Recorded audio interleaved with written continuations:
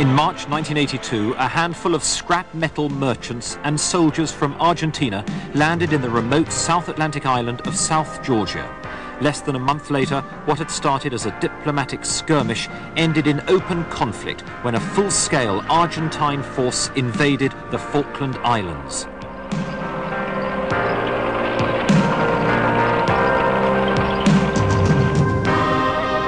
Immediately, Britain began to assemble the biggest military task force since the Second World War. A fleet of more than 100 ships.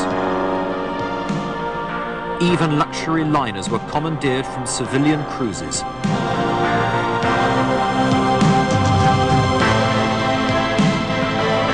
The mood was happy. No one really believed it would come to a fight.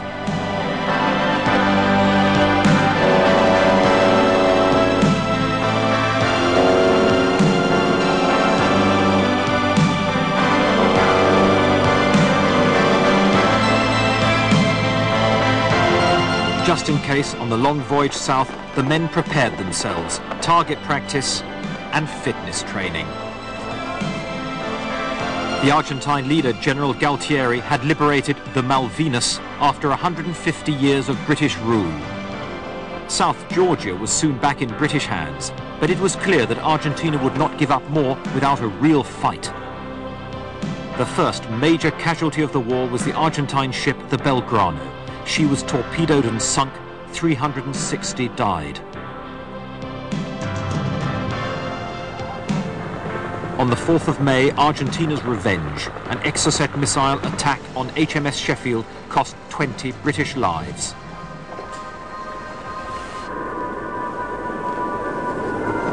The first main British landing on the islands was in San Carlos water on the 21st of May. Incredibly, they were given 9 precious hours to establish a bridgehead before the first Argentine airstrike. The stretch of water became known as Bomb Alley.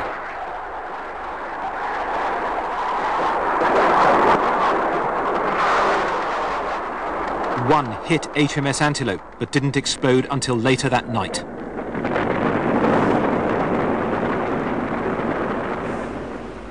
Just over a week later, the parachute regiment took Goose Green.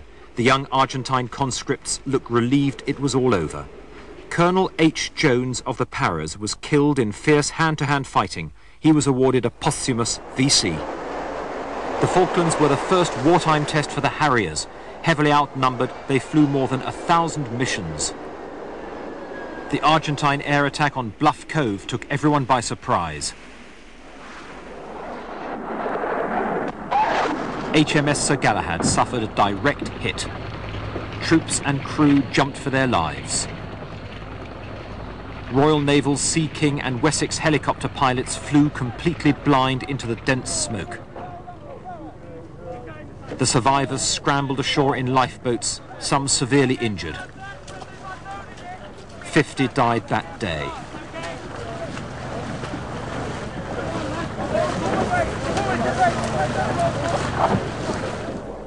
Then came the main assault on Port Stanley.